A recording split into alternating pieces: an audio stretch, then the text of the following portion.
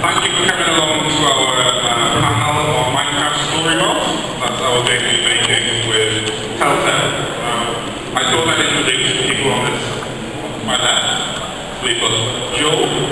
Hi, Owen. Hi, Joe. Hi, Minecon.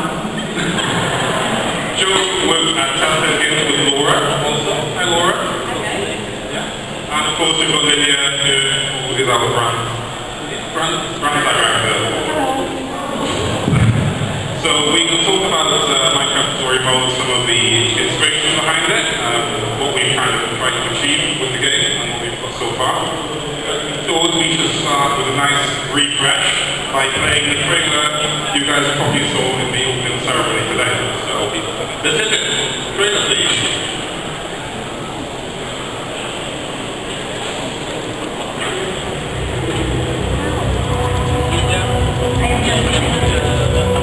Giving me the sword? Even better. You can make your own.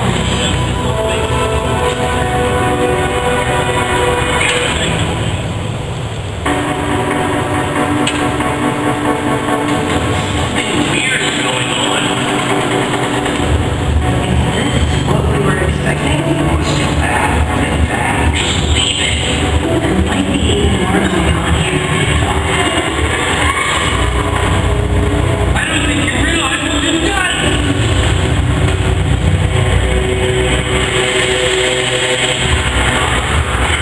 Running away.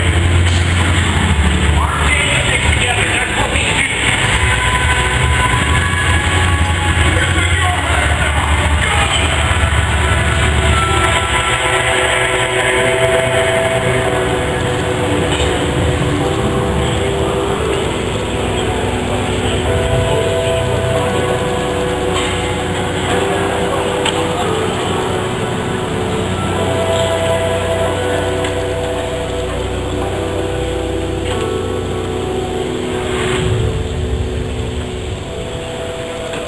What do you guys think? You excited about that game? Yeah?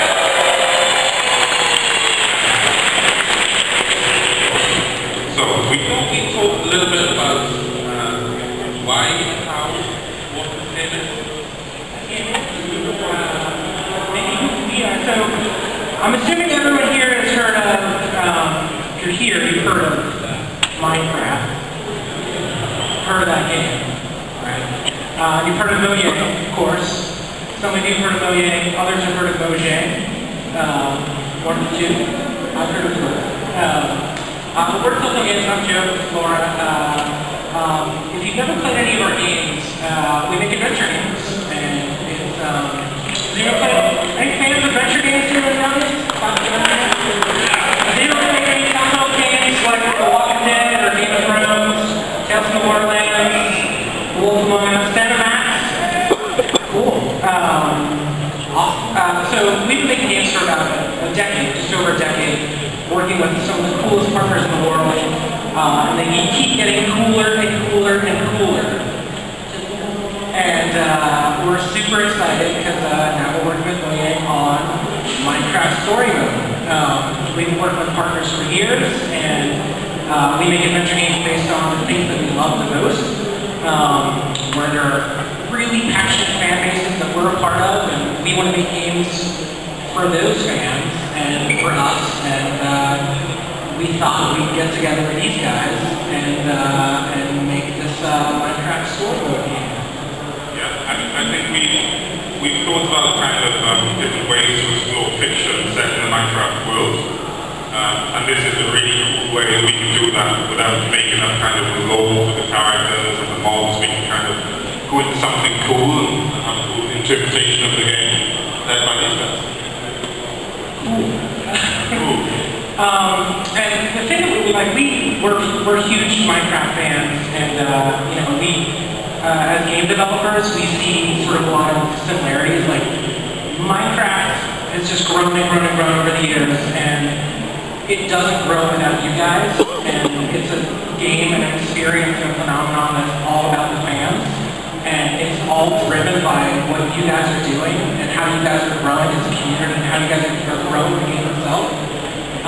And at Telltale, we kind of do something similar where we make these games in episodes.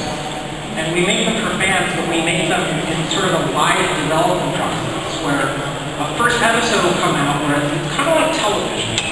Our games are kind of like playable television, as a matter of fact. And as we make them, we're always looking at sort of what the fans are saying, what the reaction is, and sometimes we can kind of tweak and tailor and adjust certain things about the games as they go along. So we totally value what the fans have to say and all their input as we go through this live development process. And, we do that for all of our series, and Mojang's been doing that in Minecraft for years now. And it's just this kind of this really interesting process that we kind of think alike in that respect. But we're just really big fans, and we've looked at stories that fans have sort of made in the Minecraft universe over the years. And, I know you guys have as well, but when we decided, hey, let's reach out, let's get together, let's meet up at GDC and South by Southwest and talk about this. And now this baby is being born very soon. It's premiering this year, as a matter of fact. It's coming very soon. This year you should get to play the first episode, at least you will. At least the first episode this year. At least the first episode you will play this year. We don't know exactly when. It's probably sooner than we think. But we're working really hard on this, and it's coming in soonish. So our fans' favorite 4 little words is soon. So. To put it in perspective, because this is something that I didn't know before we started working with Telltales, basically each episode is like creating a movie. So it's crazy amount of work, and they do such an impressive job of coming up with an entire script. How does everything work? What if you actually move this way instead of that way? Choose this position instead of that. So it's a movie, but more complicated. So yeah, it's, a lot of times when you see a movie, it's maybe 90 minutes or 2 hours. A script is maybe like that tall if you print it out. And our games, just for 1 episode, are about twice as thick. And then we have 5 of those. This is a 5-episode series. When you play a Telltale game, you're driving the story. You're going to be playing as, why don't we cut to the slide? We can talk about some of these characters and the characters we'll be playing. Cut to the next slide, Alex. There we go. here's our cast. Here's our cast of Minecrafters. You've seen the trailer, but I guess we can kind of talk a little bit about Just talk a little bit about the pig. About the pig? Yeah. Right to the pig. Just like you. Always. So the pig I was saying right off the bat, that's Ruben. Ruben is the best buddy of Jesse. Jesse is the character in the middle. You can see there with the red suspenders. He's played by an actor named Pat Oswalt. I don't know if anyone has seen Ratatouille. Have you seen Ratatouille? So Ratatouille, Remy the Rat. That's Pat Oswalt. So you can play as Jesse. Jesse is, he's a huge fan of everything going on in the world of Minecraft. And this is a game that doesn't really break the fourth wall. It's not like they're playing on a server and, these are people logging in to play Minecraft. We aren't going to cut to, Will Ferrell at the end of the game or anything like that. It's very much within its own universe. And you're playing as Jesse. He's kind of, even though he's enamored with the world of Minecraft and seeing what other people and other characters are doing, he's kind of still learning about, how to build a sword and how to ignite a portal and sort of things that, new Minecraft players are experiencing for the first time. He's a total new. And you come with some of his friends here. I won't get into too much detail because we don't want to spoil the story. But his friends are really, really, really passionate about Minecraft as well. On the left, that's actually Petra. Petra is, she is awesome. She's kind of a warrior herself. She's actually played by Ashley Johnson. I don't know if anyone's played The Last of Us on PlayStation. Anyone? Last of Us? Yeah, pretty good. She's a 2-time BAFTA award-winning actress. Ashley Johnson is Petra. Who we got here? In the green, we have Axel. That's Brian Hussein. another great comedian. He's Jesse's best friend, or maybe it's Ruben. I don't know. Maybe you're gonna have to decide. We've also got Olivia, played by Martha Plimpton. A lot of you might know her from a movie called Goonies. Big fan. And so we also got Lucas. Lucas is played by Scott Porter. He's been in The Walking Dead. He's also been in Atlantis. Hi, Scott. And that's our cast of characters. But just to dial back and kind of talk about the kind of story that we're telling here, we got together last year. You guys came over to the Telltale office, and we all sat in a room. We were there. All of Telltale was there, the writers, and we kind of talked about, you know, if we're going to take a step into the world of Minecraft, like what kind of story do we want to tell? What kind of stories do we think are more universal? What influenced us growing up? I know you guys had some ideas. I mean, it was a super cool process actually. I mean, first we went over there with the ends. We wanted the game and the story to feel, I mean, not like you just play Minecraft exactly as you do today, but we wanted it to exist in a place that would feel familiar to everyone. So, you know, that cool knowledge you built up from playing Minecraft could be applied in some ways to this game. You can see things within the game which kind of remind you of the cool times you have when you play normally. That said, it still exists in its own world, and I think maybe we spent, I mean, almost a week just debating what kind of world it would be. I mean, would we break that fourth wall? Would we dabble in different ways of telling the story? And we settled upon this cool kind of world, which, I mean, it contains some maybe analogs to like real-life player types or different situations you might encounter, but it doesn't, you know, it's a story within itself, and it will work for anyone that will Minecraft. And there were 4 of us from the Mojang team that went. So it was Owen, myself, Junkware, art director, and then Jen as lead developer of Minecraft. So we took it very seriously that we wanted a team to integrate with Telltale. So it's very much a partnership game. We didn't kind of go, okay, make whatever you want and then show us at the end. We've been involved in every process, seeing, you know, the results as they come in, talking about everything. So it's been a very, very close thing.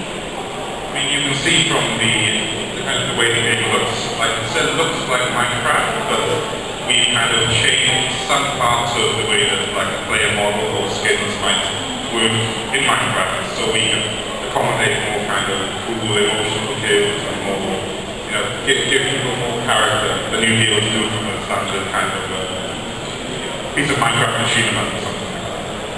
And that, I mean, we were iterating upon the way that it would look and feel for a long time, specifically John Boyle was discussing these different ways. We come to a super cool place, I think. And just talking about a story, just talking about Minecraft, like we're all big fans. Laura, you played quite a bit of Minecraft. Yes. Tell us about that. What kind of Minecraft player are you?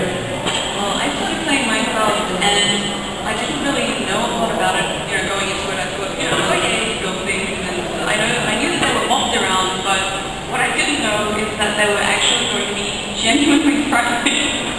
So I'm an adult woman. I have driver's license and everything, but I'm actually really scared of the monsters in Minecraft. So I'm the kind of player that just builds things to keep the monsters away. I just want to do my own thing. I just want to have some fun. And if, you know, a spider or anything that comes along and doesn't burn up in the daylight, I'm just going to dig my way out of there and start fresh somewhere else. Just set that whole thing on fire. It's fine. We do the same thing at home. We just move to another apartment. Like, there was a spider. It's no problem. It's only in Minecraft. I do not know on this topic. Joe, what kind of Minecraft player are you? I'm more of a little bit. Big Joe is obviously a creeper when he plays Minecraft. I'm more of a warrior. I like to fight monsters and roam around and just try to survive. I'm terrible at putting stuff together. I'm terrible at fixing things.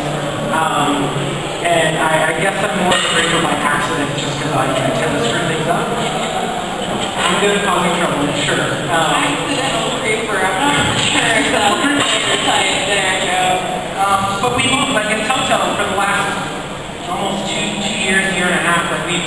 we've all been playing around the office. You'll be walking around and you'll see, you know, horrific visions of, you know, scenes being made for Game of Thrones, and then on the next screen, there's people playing Minecraft. And it's just such a relief and so much fun. At the office we have something called Telltales, and everyone's just been diving in and just exploring and creating and having their own Minecraft experiences. I think there was one day something terrible happened with the chicken machine. Chicken chicken spawned and it broke the entire server. Yeah. I think it wiped the whole thing clean. But we've been having a lot of fun with it, and that's the kind of thing about Minecraft. When you play, there is no story, and we're aware of that. Mojang's aware of that. It's the stories that you make when you play, and the experience that you're having, the story that you're kind of telling to yourself or amongst your friends. And we had to play a lot of Minecraft and really just make sure that we knew how to approach this and knew the different types of players there are in Minecraft and different types of experiences you can have. And we wanted to work that into a story that really evokes some of the classic film stories that we really were passionate about. When you guys came over, I know that we just putting our heads together. The movies we grew up with, I think the two tentpoles that we kind of called out were Goonies and Ghostbusters, where we all grew up with those, we love those a lot. Those are kind of films from 1985. They just don't make it not just like that. And a couple of recent things too, like Incredibles, I think this was like that too, story mode. But we wanted to create a story that can kind of be for all ages, but also kind of bring generations together. I play with my family. Sometimes I play alone. I play with my family. I play with my nephews. Hi, Maverick, Sage. Sometimes, you know, stories like that, movies like that, maybe don't click with kind of modern audiences, but kind of doing something that was in the spirit of something like that in Minecraft was just kind of get started in place. They're actually like that in a way as well. I mean, you can absolutely play them on your own, but it's also just as fun, sometimes even more so, to play them, you know, with someone else on your couch and, you know, making the decisions together and, you know, telling your own story, you know, as a family or as friends. That's the way I like to play Telltales games. Come over at your office and trying the Game of Thrones game, I realized that I'm a villain. I didn't feel great about it, but it's true. I was like always choosing whatever the worst choice was. And always was like, no, mate, you should do the nice one. Yeah, I'm always trying to be nice to yourself, I guess. But I mean, that's one of the cool things. If you didn't already know in Telltale games, you can kind of shape the story yourself. It's not a case of just running into a completely linear adventure. Like, the decisions you make in the game will affect how it plays out. You might encounter what will happen in later episodes. That's one of the things you guys have perfected over the past couple of years of games. Role-playing is pretty key. Segue. Alex, next slide. So this is Jesse. Like I said, and Ruben, not forget Ruben. You're going to be playing as Jesse. And in a Telltale game where you're driving a story, it's kind of a form of, it's literally role-playing. You're going to be able to play Jesse however you want to play him. And you know that you have your friends, who sort of introduced you to them earlier, but you might have to decide, you know, which friends do you want to be with the most, or which friends are you going to have to leave behind, or who are you going to survive with. And that's kind of what a Telltale experience is really like. A little bit about what's going on in this game, in this story. And it's tough to talk about it because, like Lydia said, our games are a lot like a movie, and you're going to drive the story, but we don't want to spoil the game for you. We don't want to spoil the story. But Jesse and his friends, huge fans of the world of Minecraft, huge fans of all different types of players, learning from each other. Just like you, who all have gathered here in London at Minecon, he and his friends make their way to EnderCon, which will be happening happen in the episode. If you saw the trailer, they get there, without spoiling it, they make their way there, they maybe wander off to a few places they shouldn't wander to, and things go horrifically wrong. Just a little bit. Do not go anywhere you're not supposed to. Remember the rules. Yeah, exactly. You need to take a lesson from this and not wander like behind that building, for example. But you're gonna take him to EnderCon. You're gonna be able to take Jesse to the Farlands and pretty much anywhere you've ever have wanted to go or maybe haven't gotten to yet in Minecraft. This story is likely going to take you there. You're going to take Jesse there. The reason they go to EnderCon is because they kind of idolize some legendary heroes. And if you saw the trailer, you saw a couple characters who were kind of, so one guy wearing a diamond guard was actually voiced by Dave Fennoy, who played The Walking Dead, that was the Everett, rest in peace. He is a member of, next slide, the Order of the Stone. And there's the 4 members of the Order of the Stone. We're going to talk about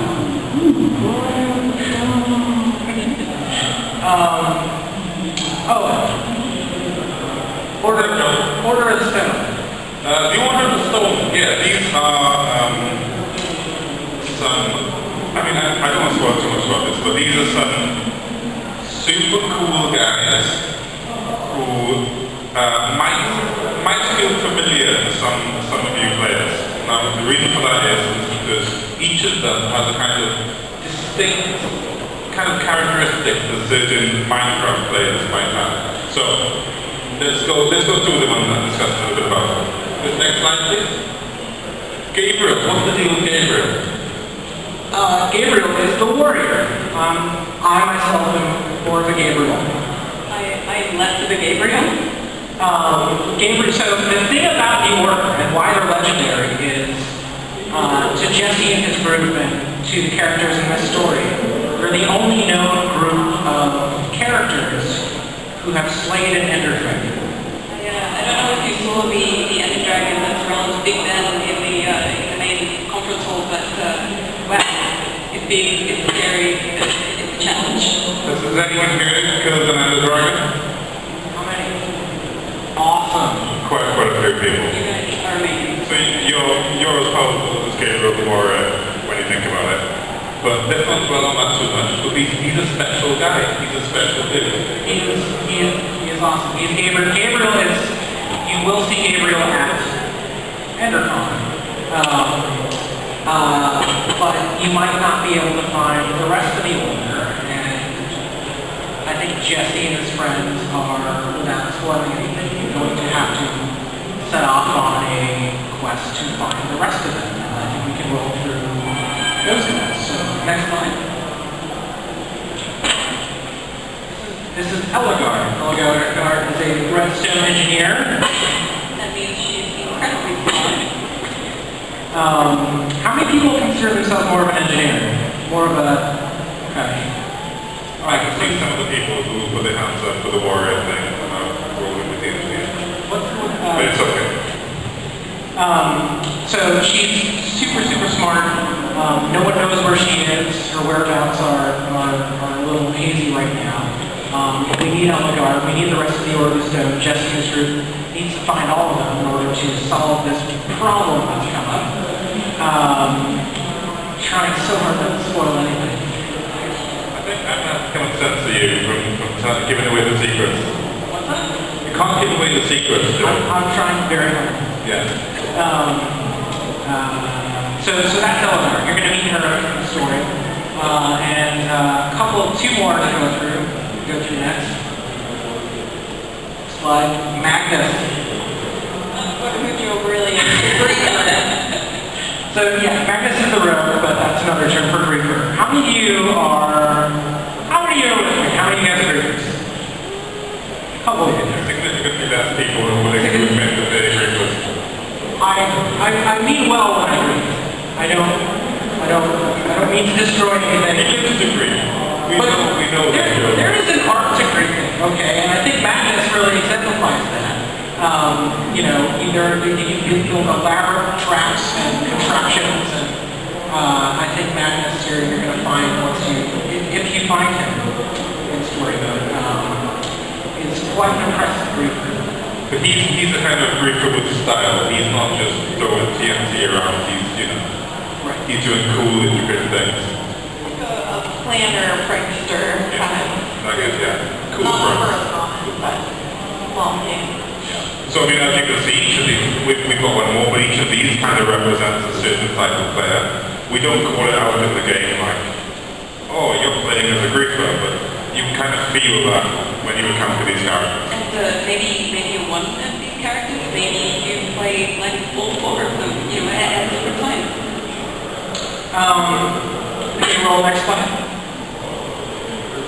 The sword and the architect. How many of you are builders? Creative mode. Raise those hands. Alright. Build occasionally. But that's Soren. Soren is probably the last. No one's seen him in quite a long time. He's probably the hardest to find in the story right now. But that's kind of as much as we kind of want to show you without spoiling too much. What more? Yeah, I'm ready to quite a lot already. I think we should maybe leave it there. But, you know, through the course of the story, you encounter these people and maybe work with them, or against them, or in between them. People and entities. Yeah, exactly. Not to say there aren't more types of players. Enchanters? Anyone do enchanting? Maybe you'll find someone in the story, maybe I've said too much. Okay. Yeah. So, I mean,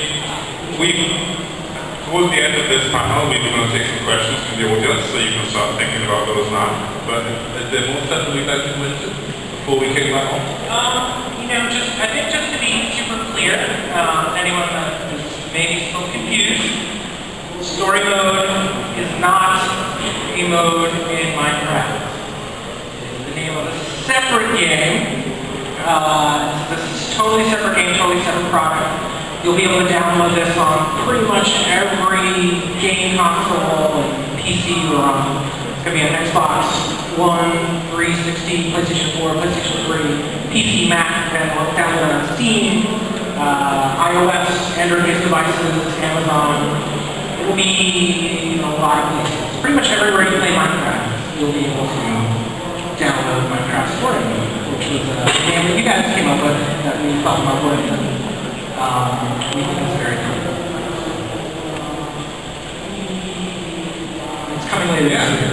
Okay, I think we can take some questions from the audience. So if you can, I think the way we're going to do it is maybe queue up there, orderly way. Have we got the mic ready for this? Yeah, we have. So if you'd like to ask a question, just stand up and approach this gentleman, and he will give you the microphone. Button.